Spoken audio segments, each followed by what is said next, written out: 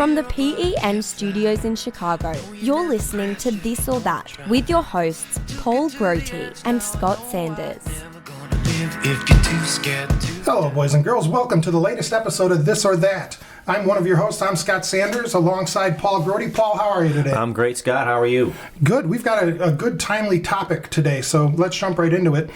Since the clocks changed, we're recording this on Sunday, the day after the clocks changed. We're going to debate whether you prefer daylight saving time or standard time. And Paul, when you and I were talking ahead of the show during our show prep, we said, hey, this is the first of our argument that really there are three different sides that we could be taking. You could be in favor of, I like the clocks the way they are for saving time, or you could say, I like the clocks the way they are during standard time through much of the winter, and I want to keep that year round. Or you could be sort of a fan of the current condition, which is let's spring forward in the spring and fall back in the fall and have two different times for two different times of year. So we could take that third scenario, but we're going to pass on that. That's the status quo. You have your opinion about that now as a listener, but we're going to take sides to advocate for saving time the way it is in the summer versus standard time the way it is through the winter. So, Paul, which side of the argument are you going to take? You know, Scott, I'm going to take standard time.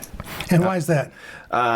Because we're going to find out over the next 30 minutes or so. Right. So number one, that is the standard time was the original time, and there are arguments mostly having to do with having more sunlight during the beginning of the day rather than the end of the day, because when you think about this topic, really that is the difference. Whether you want more sunlight or perhaps more heat, theoretically at the end of the day or at the beginning of the day, and I'll talk about why it's more important to have that sunlight during the beginning of the day. Okay, I am a huge fan of the saving time model where it's light later into the day. I'll say that, my opinion on this has changed through the years. As a kid, you wanted it to stay light out as late as possible because you didn't have to go home until the street light came on. As sort of a teenager and young adult, I couldn't wait for it to get dark because that's when everything exciting happens. And now that I'm actually grown and have responsibilities, I'm back to wanting the days to be as long as possible into the evening so I can get stuff done after work. Yep, that would be the way to look at it from your side for sure. I look at it as the workday really begins early, or let's just say, early to bed, early to rise. And I think that the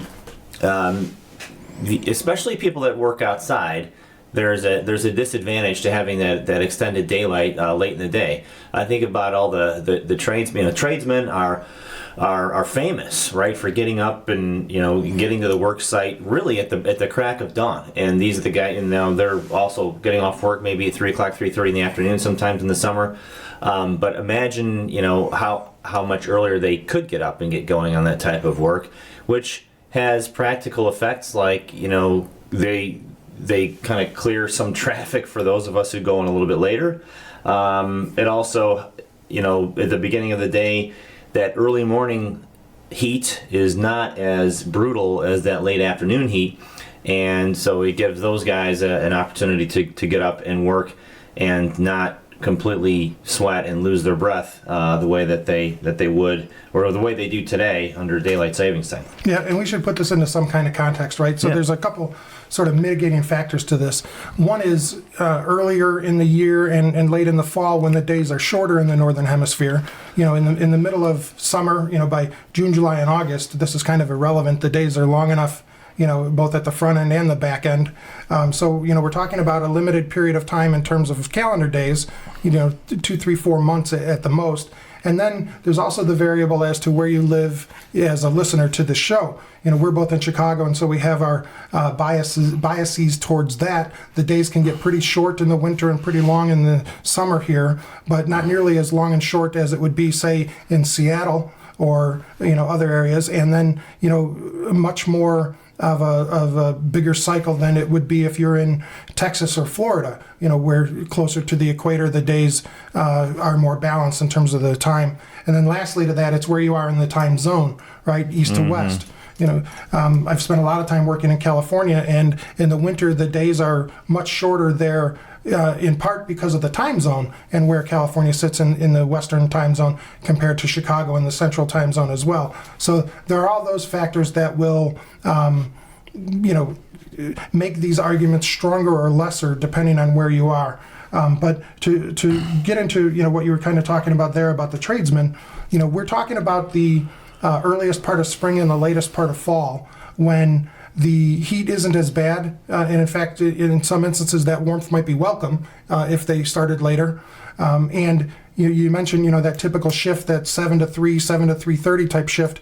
If we're talking about, moving that to 5 and 8:30 to 5, yeah, there'll be certainly traffic implications for sure, right? But, they still get their full workday in during that period of time if they can't start till the sun's up and it's 8:30 in the morning. Yeah. I mean, fair enough. Yeah, there'll still be traffic implications, I suppose, either way. But speaking of traffic implications, shifting over to another aspect of this, the annual shift to daylight savings time, when you're adding or you're springing ahead, so you're basically skipping an hour, having a 23-hour day.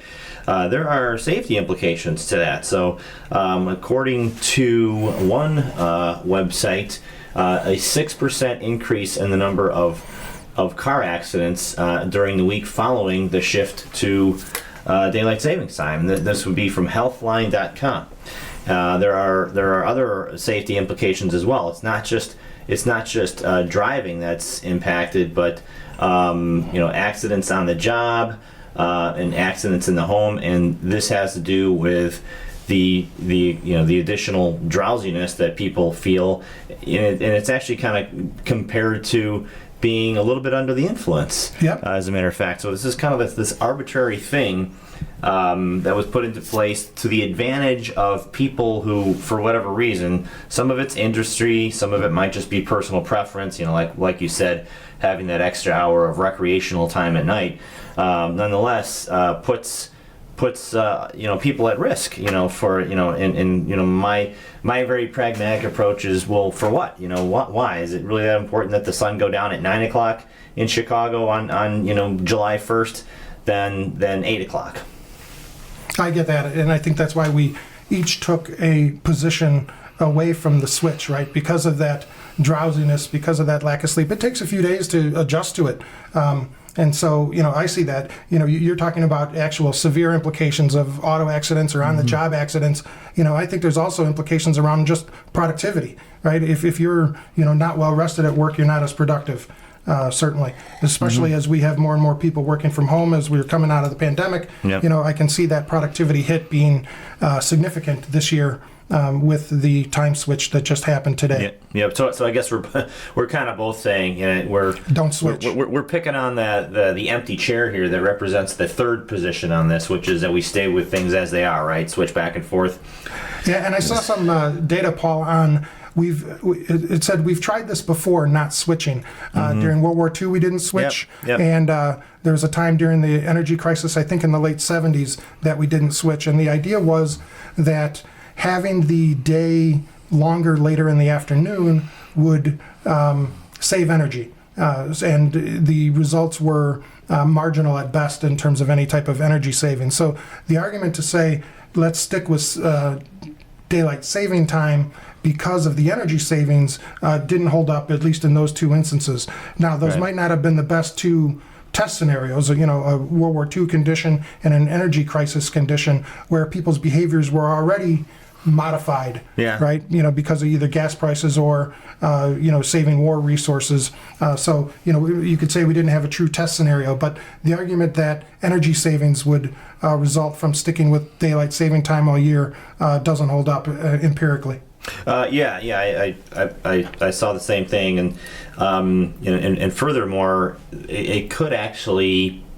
I could argue. I don't have any facts to back this up, but a hypothesis could be that it actually works in reverse, because you have children going to bed in the summertime maybe a little bit earlier, or let's just say without daylight savings time, children are going to bed right at sunset or after sunset, and warm bedrooms take a little while to cool down, and it's a little bit easier to sleep for most people in a bedroom that's a bit cooler than one that's a little bit too hot.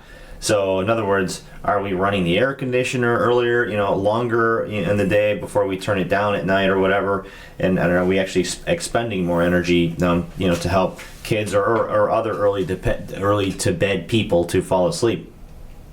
Yeah, I think you could make an argument there for sure.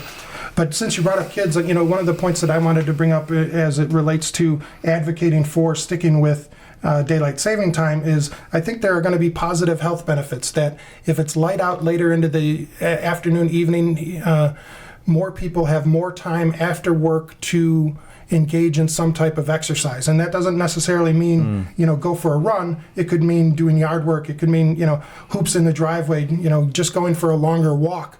Right. I think that, in some cultures and behaviors, a lot of people do get home from work, they go do some form of exercise, and then they have dinner later. And the longer that it's light out later, the more opportunity there is for that. I at least know, here among my peers and the circle that I run with, that when the days are longer, we're more likely to be out doing something active than we are when the days are shorter.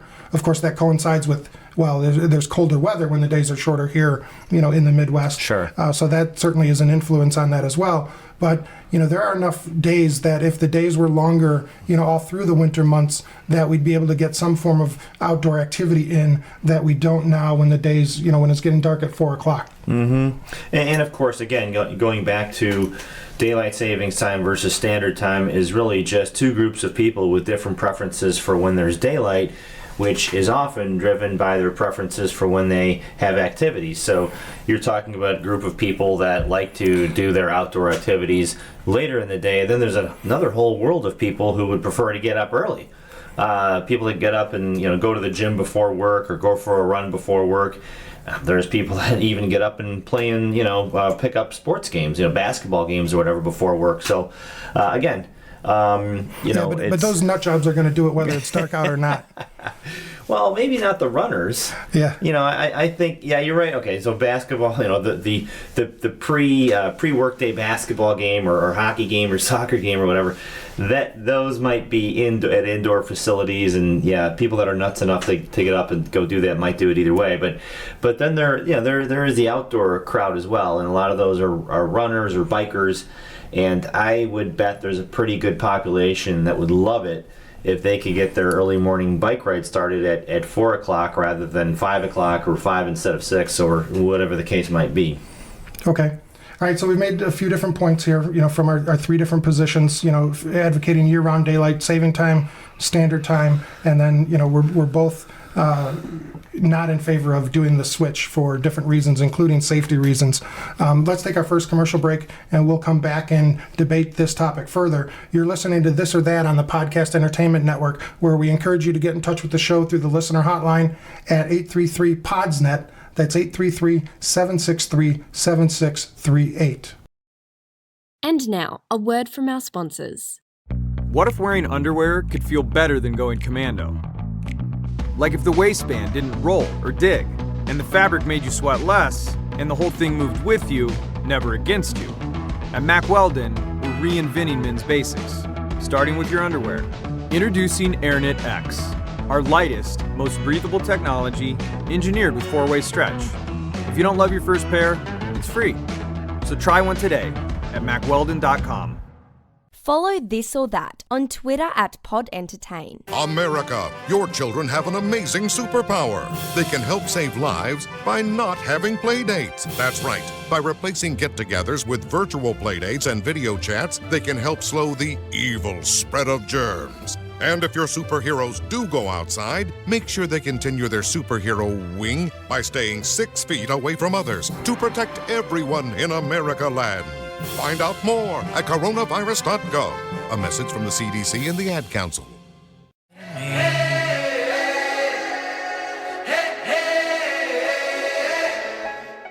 And now, back to This or That on the Podcast Entertainment Network.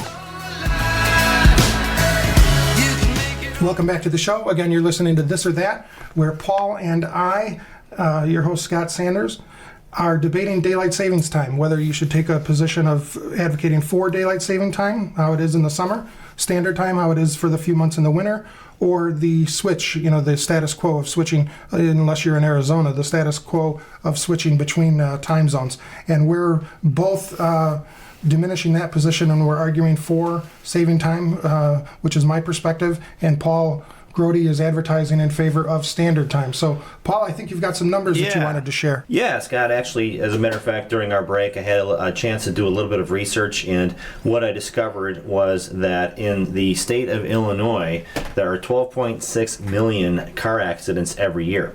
So if you do some math, you break that down a little bit, we can deduct that there are about 34,000 car accidents per day. And if we take the 6% increase in car accidents and apply that, we would learn that the day after or the week after daylight savings time changes, after we make that jump, we go up by 2,083 accidents a day in Illinois. So depending on how long that lasts, that could be up to 10,000 additional car accidents following the 5 days after daylight savings time changes, or 14,000 if you're talking about a 7-day week. So pretty significant in terms of death, injuries, and even just the cost, right? The dollars required. I was thinking that the economic cost. Yep. Just fixing that and how that affects everybody's insurance premium, not just the people who get in the accident. So all that seems and again, that's a position advocating against the change, right? That's right. That's not either for or against the position that you and I are taking. That's right. But I think that's a really strong argument not to do the switch at all. Yeah, and that's just Illinois. That's just Illinois. So then you apply those numbers across the rest of the country, and it's going to get even scarier and more expensive. Significant, amazing. Okay. And you see that, right? Everyone feels a little bit drowsy that first day, the first couple days after the clocks change. So, I think that's a totally valid and believable, sort of data point to absorb that, yes, indeed, everyone's, a little bit out of it after the clocks change, and that will affect their driving, and that will lead to more accidents, which leads to, in addition to the bodily harm from those accidents, all the economic impact and the insurance costs and the lost productivity of having to go get your car fixed and everything like that. The economic costs from those extra, 10 or 14,000 accidents just resulting from the time change is huge. And again, just in Illinois. Yeah, absolutely. So it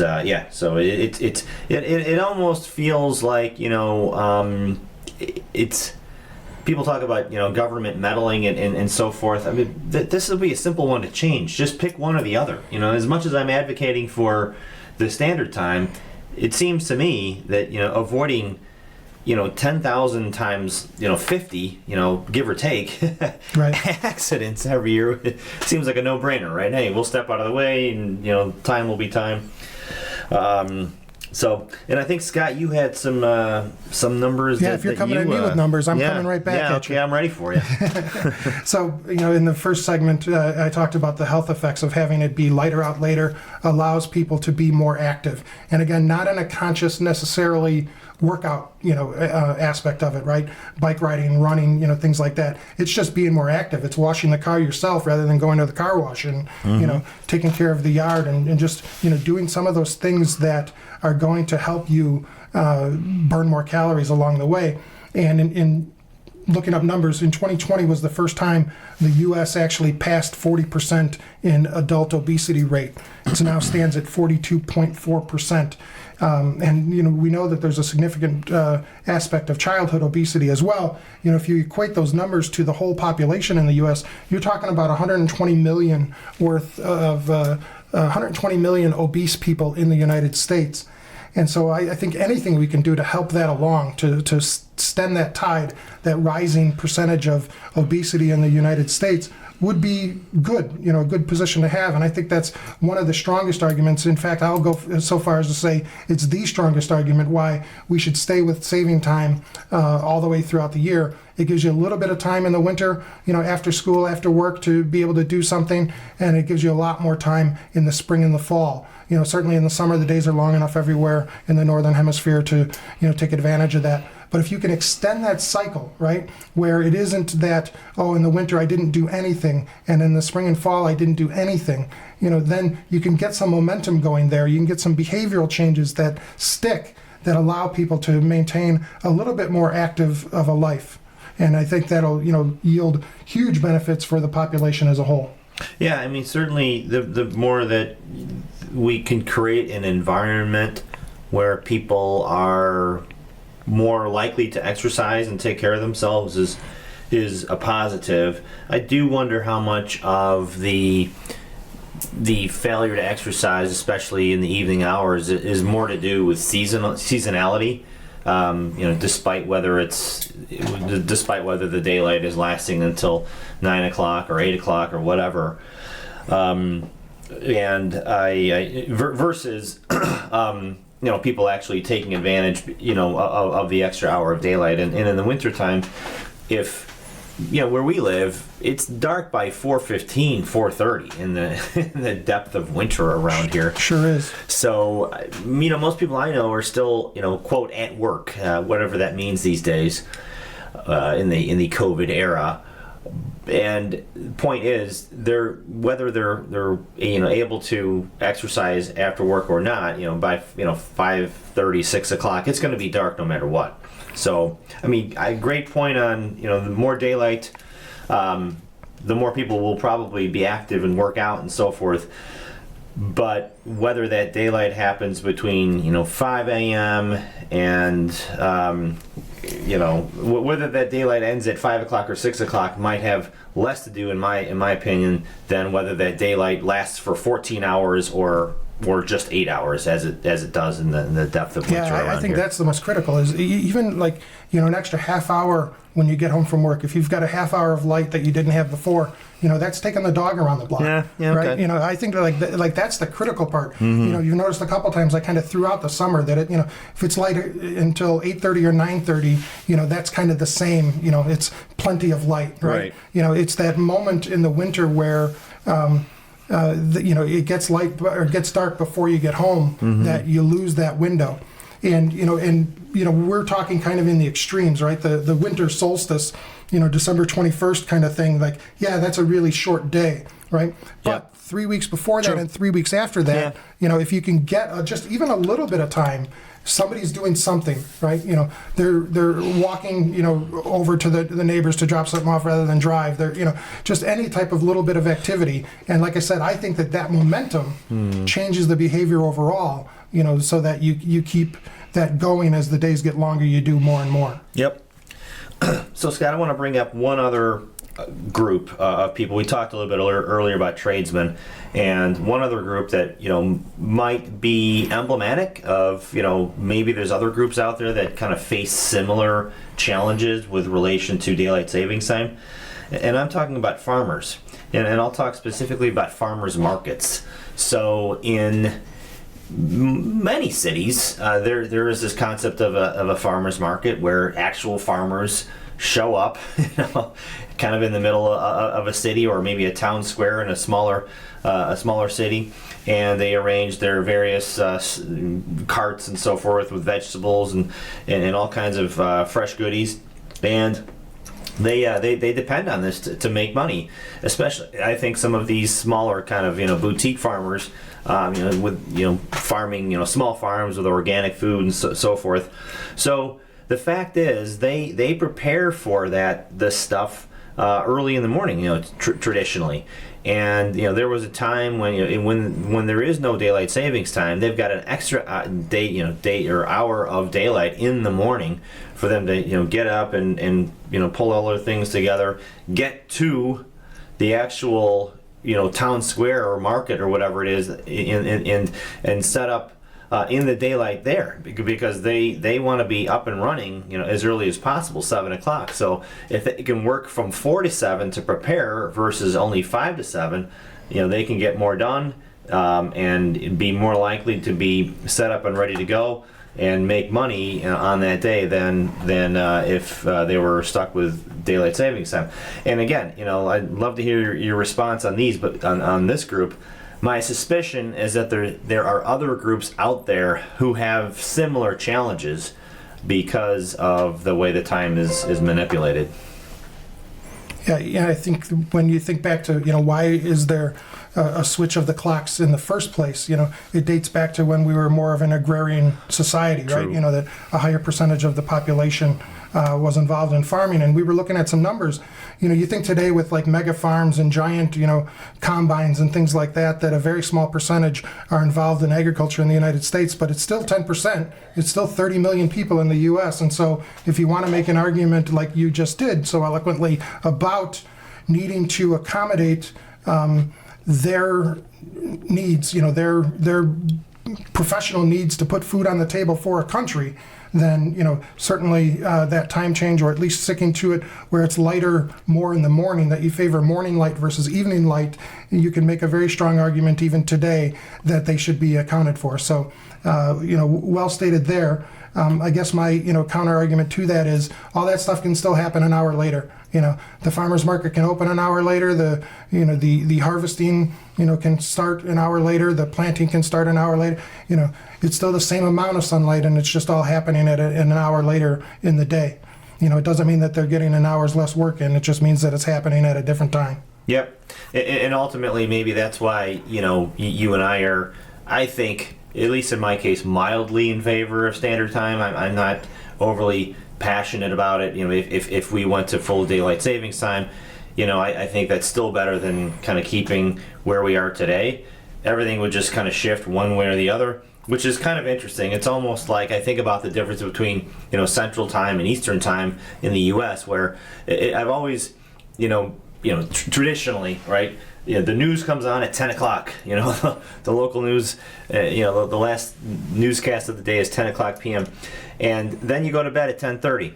Now, on the East Coast, that last newscast is 11 o'clock. And I've always, thought, my gosh, they go to bed late, out there. Right. Yep, Like, they do. How do they do that? That would drive me crazy. But the fact is, we probably, on average, get our day started a little bit earlier the next day than they do on the East Coast. It's just a shift. That's kind of what it comes down to if you're on one or the other time permanently. Sure. We adapt to the change each year, right? It takes us a few days, that we would be able to adapt to year-round savings time or year-round standard time. Yeah.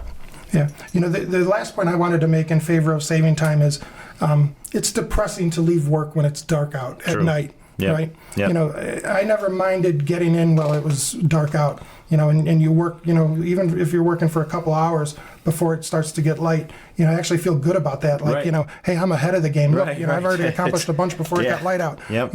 But at the end of the day, if you're walking out of the office, like I said, especially in Southern California, where, it's dark out, early, it's pitch black at 5, that's really depressing. Kind of thing to have that happen to you every day. And certainly, people are working longer hours, and and there's days where you're going to get out, out of the office when it's going to be dark no matter what, right? But when that's happening every day, when it's happening on Friday evening, and it's still dark out, but by the time you get out to the car, that's just hugely depressing, and it goes on for months if you're operating in standard time in the winter. So Yeah. my last argument and for that is just more of a mental one. I've talked about physical health once, that mental aspect of it not being depressing, of it actually being kind of positive when you get out of work at the end of the day and it's still light out. Yeah, and Scott, that goes back to the kind of related to the safety aspects we brought up earlier. We're talking about mental health now, and so we talked about safety, we talked about physical health, and now we're talking about mental health. And so, sure, I mean that should be a consideration. I don't have much of a counter argument other than kind of to wrap up where I began, which was to some degree standard versus daylight saving is a preference of people that get up and do things early in the day versus people that get up and do things later in the day. There's probably there's a group of people that would rather have that hour of daylight in the morning, and that's when they would kind of get their day going with exercise or and maybe by the end of the day they're leaving when it's dark, but they feel like they took advantage of that daylight at the beginning of the day, and Yeah. that's their mental health fix. So that's a good close. I'll offer this one thing. Most families these days have a little, family group chat, and mine is no different. And so the other day I texted out to the wife and our 2 kids, that hey, the clocks changed this weekend, and 2 of the 4 of us sent back a text not liking that. That the clocks were changing. And I thought, oh my God, I didn't even know anyone was in favor of standard time and not having the days longer in the evening. So I was surprised that even in my own household it was 2-2 as it related to advocating for saving our standard time. So yep. Yeah, so, I think, the most fascinating thing about this is that there is actually a debate. I think that's the thing that's interesting. But there seems to be momentum towards not changing, right? You start to hear, rumors of legislation and congressional debate and things like that around not changing. Now, which one they'll settle on, I'm not entirely sure. But by the time if we did this episode again a year from now, we might be talking about something different as it relates to what the rest of the country outside of Arizona does as it relates to the time zone. So enjoy the time zone switch. Hopefully you're not one of the how many, Paul, additional accidents a week in Illinois? Roughly 10,000 for 5 days. Yeah, 10,000 in 5 days. So don't be a statistic, okay? Yeah, that's right. We'll close with that. Don't be a statistic. So thanks for listening to this episode of This or That on the Podcast Entertainment Network.